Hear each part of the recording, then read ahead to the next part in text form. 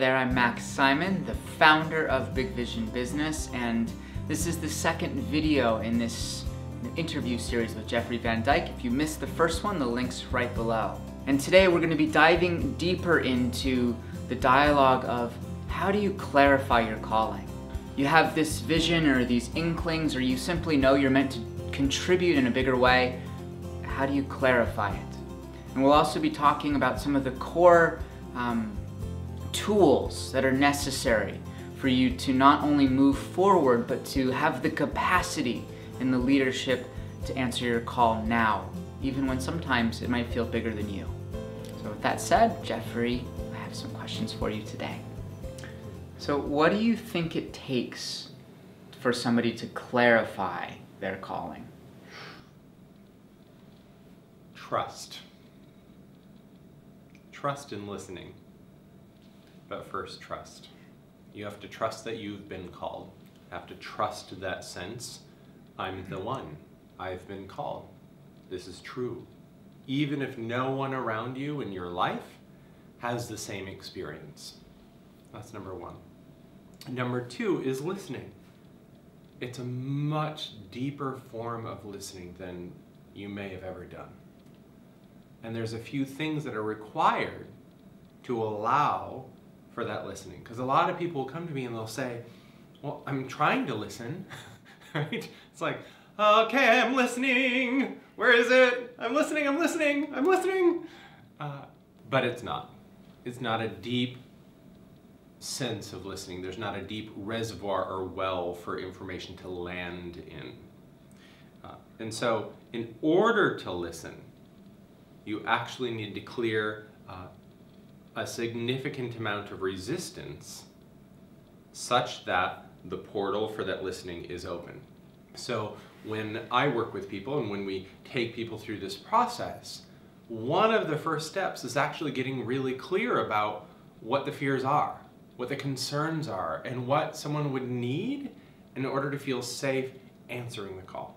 So that's part of the process, and what it does is certainly on a mental level it helps clear this space, but even in the heart is opening the heart to feel and receive a deeper level of understanding of who you are and what your place is in this world. What are some of the most common fears that you think happen pretty globally when people are in this dialogue? They seem to be in two camps. So in one camp is, I'm not enough. It's not me. I'll never be able to do it. It's too big for me. People will laugh at me. They'll ridicule me. They'll abandon me. Very me-driven. Very yeah. Very me-driven, and well, on some level it's all me-driven, but let's be honest, right? It's the ego taking care of you. That's what it's doing. And so one is kind of a not enough version. There won't be enough money, there won't be enough time, there won't be enough of me, there won't be enough talent, there won't be enough. Right. And on the other side is actually a whole list of things that are too much. It will be too much. The success will blossom and boom quicker than I can handle. I don't have the capacity to answer this because it's too big. All of those sort of like, it's too much. So it's either not enough or too much is kind of the two sides of the equation. And here's the wild thing. There's so much, especially in the self-development field, you can do it, don't let your fears stop you, that has us judge those fears, in some ways I would almost say too harshly. That sometimes something, when it feels too big, the truth is, it is. It is too big for who you are today and what your makeup is today. Now, by the time you actually are answering that much bigger call, will you have gone through a series of growth and development processes such that you are a vibrational match where you are in the same frequency of the big calling that you're answering? Yes, absolutely. Are you necessarily in that frequency today? No. And you feel the offness of it. And so it's important to realize that sometimes our fears and our concerns actually have a good point, right? They're actually pointing us in the direction of where further growth and development is required in order to fully answer the call. And oftentimes it feels like people like, oh, I shouldn't be having these thoughts. I should be able just to go do it. And one of the things I'm a fierce advocate for is really honoring the concerns. Not getting entrapped by them, not falling into some deep well where you can't move because of them, but actually listening and answering them. In my experience, a big part of this journey is actually not just expanding your capacity, but it's expanding your capacity and opening your heart and softening your heart.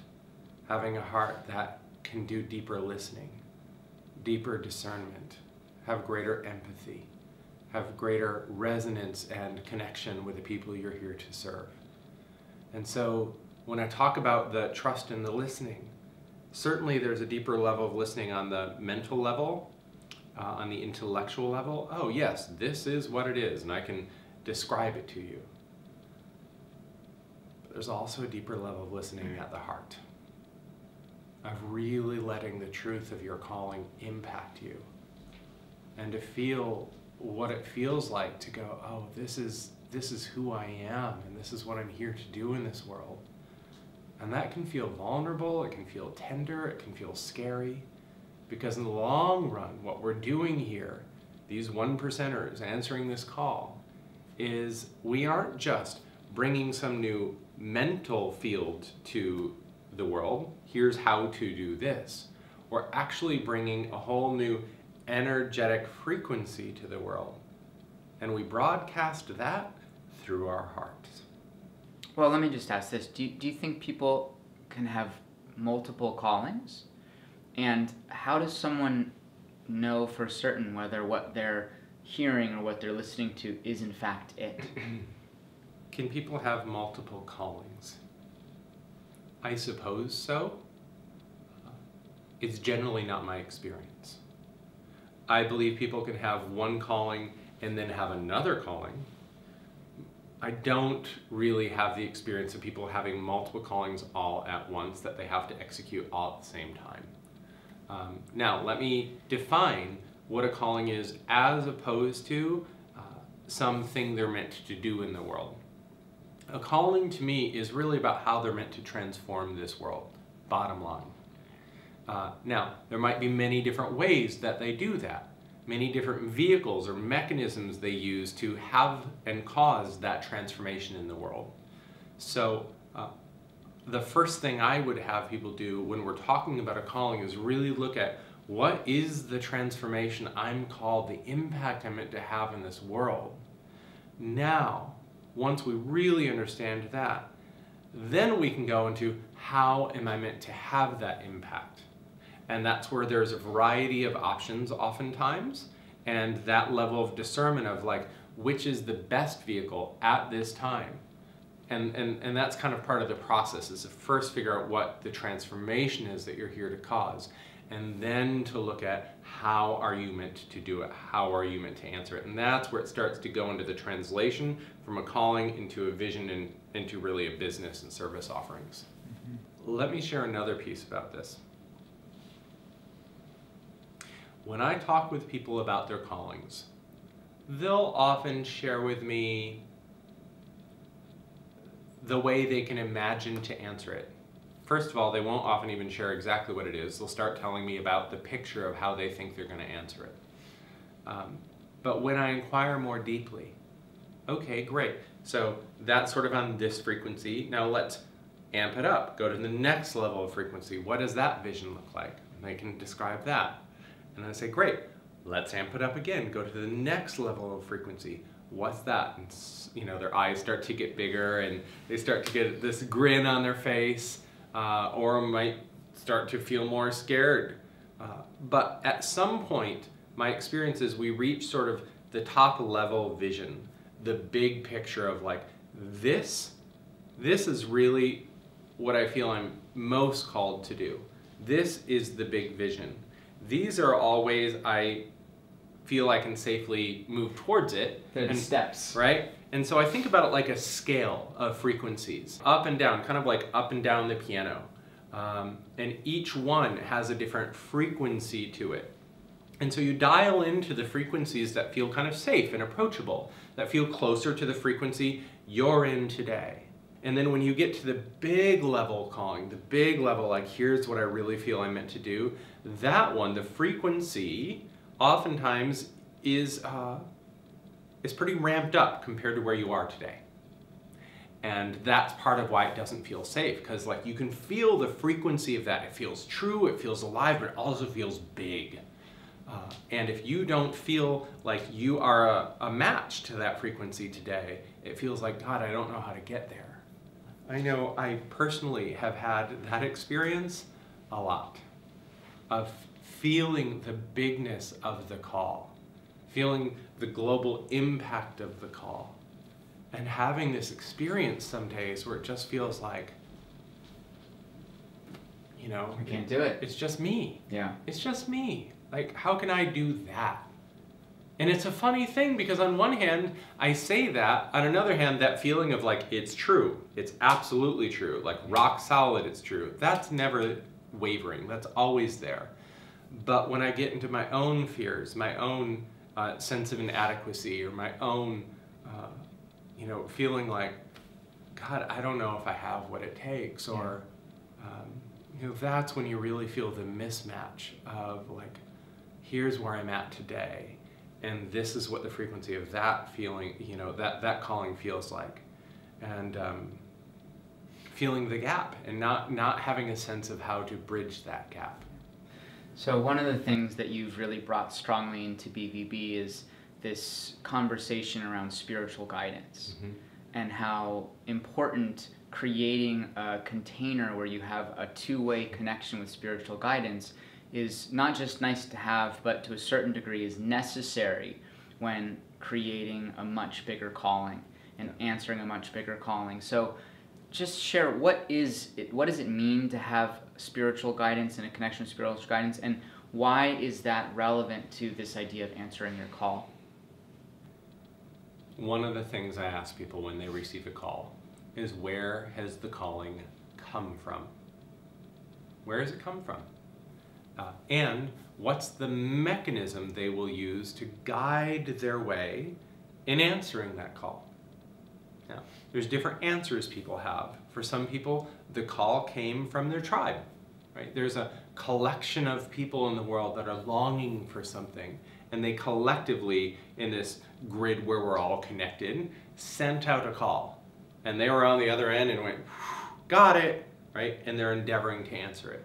Now, another way we could talk about this is that there is a connection between all of us in this world. Right? People have often heard of something like oneness consciousness, that we're all connected. And science certainly can prove this now, that we're all connected. And so part of answering a call truly is not just tuning into wherever that spiritual guidance is once and going like, okay, got the call, thank you, hang up, now I will go and answer it on my own, right? No, because what's going to happen is you are going to very quickly get off track. You just are, because your own mind, your own fears will almost invariably dumb it down, make it smaller, say, well, go this way, it'll be more comfortable and safe. But my experience is when you're working with spiritual guidance and continue to tune in, you continue to tap in and go, what is this next step? What is this next phase? What's required here? Right? Even this interview series came from us tapping into spiritual guidance, and guidance saying, you need to take the tribe along with you on this journey. You need to take them along with you and share with them what it's like to answer a next level calling. And that information, that direction came from our spiritual guidance. And it's not just like sending out a signal like, hey, well, what about this? And then hoping something pops through, right? I grew up in a religious household where we prayed, and it was very much like you send prayers almost like message in a bottle, right? Mm-hmm. You like put it down and you like put it into the ocean and go like, well, there it is, there's my prayer. Hope it gets answered someday. That's not what this is. This is a much deeper form of listening where you open your heart and open your mind and have mechanisms. One of the mechanisms we use is a journaling form of writing back and forth with guidance to actually ask questions and hear an answer so that you aren't doing this alone. So that whatever is doing the calling isn't just giving you the big grand picture that someday you'll answer, but actually supporting you in the turn-by-turn directions and steps to answering that call. And if you don't have that, it's amazing how quickly you can veer off and take these sideways journeys. And, you know, I certainly have done that many times in my life. And then I kind of like wake up in, you know, Albuquerque when I'm meeting to go to North Dakota or something. And it's like, wait, how did I get way down here? Oh, crap. I stopped listening. I stopped listening. Is this any different than what you hear so many people talk about as conscious business? In my experience, there's many different definitions for conscious business. There's many different things people actually mean when they're talking about that. A most basic thing is that they do the right thing, right? That they care. That they care. That they're kind, compassionate, scrupulous people in their business practices, and that they're engaging their heart in how they serve. And that's great. It's fantastic. But that's not what I'm talking about here. I'm really talking about having spiritual guidance be the primary co-pilot for you answering your call. And that certainly your mind, your ego, your own personality chooses what you do and when you do it and how you do it, but that one of the places you go to make the decisions about what you do and how you do it is to your spiritual guidance. And that becomes a primary mechanism and form of being guided and making decisions in business. So I'm sure that some people will just celebrate this idea and some people will think it's nuts and crazy and has no place. Speak to that group for a moment. Yeah. So the first thing I would say is, great, good, I love skepticism. And I myself have a high degree of skepticism. And it's really important, especially in the world of like spirituality or consciousness, to have a high degree of skepticism, some healthy skepticism. The second thing I would encourage them to do is to strip away any dogma about what spirituality means or guidance means, or even if it's connected to religion or business. Or what business means, right? Right? What it all means, like strip it away. And let's get down to the bare bones of, if you have a calling and you feel it and you know it, and they do, then let's ask, where has the calling come from? And I don't really care what someone calls it. You know, it could be called spiritual guidance. It could be their own internal GPS. I don't care what you call it. What I care about is that there is a form of wisdom and guidance that is broader than your own mind.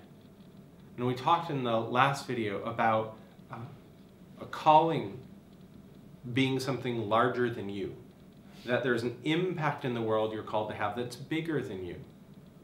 And so what I would say is, if it's bigger than you and larger than you, do you think you can actually figure it out alone?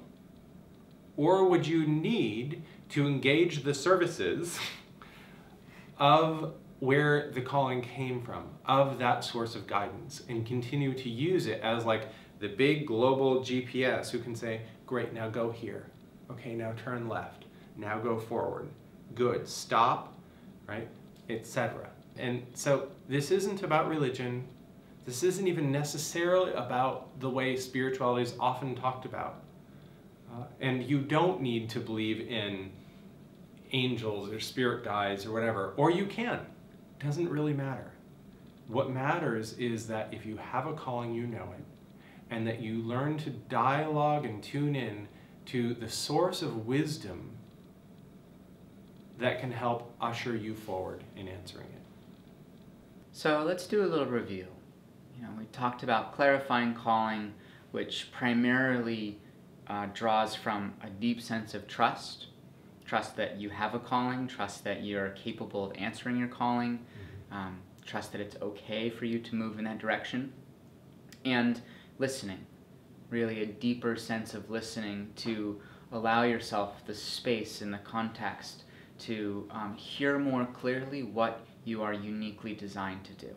And then we talked about the fact that one of the big missing pieces for people answering their call is actually allowing their fears and consideration and doubts to be real and be okay.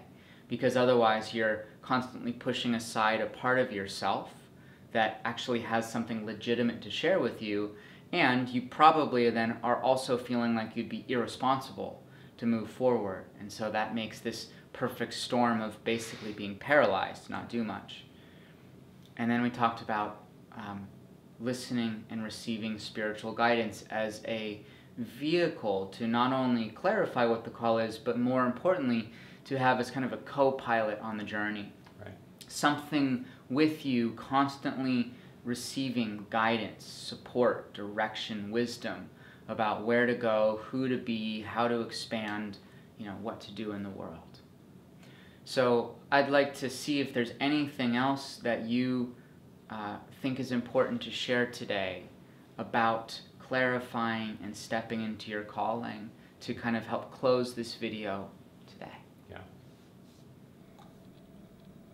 The first thing is, you can only ignore a calling for so long before it gets painful. Sorry to say. Once you've been called, you cannot be uncalled. Once you've heard it, you can't unhear it. So the choices are either to answer it or to not and suffer, basically. So my first encouragement is to answer it. Stop suffering. Stop suffering. And to remember that it does not happen overnight. Yeah. All it is starting to put one foot in front of the other in service to the calling and in the direction of your calling. That's it. And if there's one thing that I hope people take away from this, is the encouragement to know that it's okay, that they can do it, and that if they just start today, or if they've already been on the journey, they're doing great.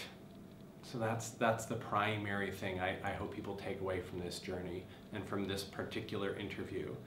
And secondarily, to know that they're not alone.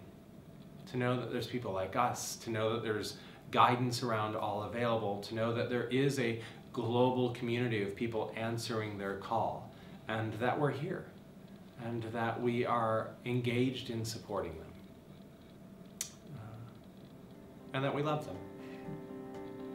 Yeah. So, I want to speak directly to you for a moment. And thank you once again for tuning into this interview and this video. It is such a joy and privilege to share this information with you and to bring you along on this journey. I know it's not an easy one. I know myself in answering my call and continuing to answer my call sort of year after year, level after level, as the frequency goes up. It doesn't always necessarily get easier, but the level of support available increases. So I'd love to hear how this landed for you, and particularly around your fears and your concerns around answering your call. What shows up for you? I think that's one of the things that people most often skip by. They try to answer the call, but then they have all this resistance in the background still in place. And it's like trying to drive a car while having the parking brake on. So take a moment and just look over at what the parking brake is, what the resistance is, what the concern is, and share below. What I know is you might feel alone in your resistance. It might feel like you're the only one who has those fears or those concerns. And by beginning to share together, you'll see that you're not. And you'll see that there's a way through it and a way ahead. So please go ahead, comment below and share what comes up for you when you really think about the big call. What is the concern? And we'll begin that dialogue and supporting you in that way. As always, this interview series and videos like this can always be found at bigvisionbusiness.com. So if you aren't already a member of the tribe, if you aren't already signed up to come along with us on the journey, please do head over to bigvisionbusiness.com, sign up, and come along with us. It's our great joy and privilege and honor to serve you in this way. If there's other people that you know are part of these 1%ers, people called to answer a big call, and they aren't part of our tribe, I encourage you to share this with them and see if it resonates with them as well. With that, we will conclude this interview. Thank you so much for joining us. We love you deeply and dearly, and we will talk to you real soon. Bye-bye. Subscribe.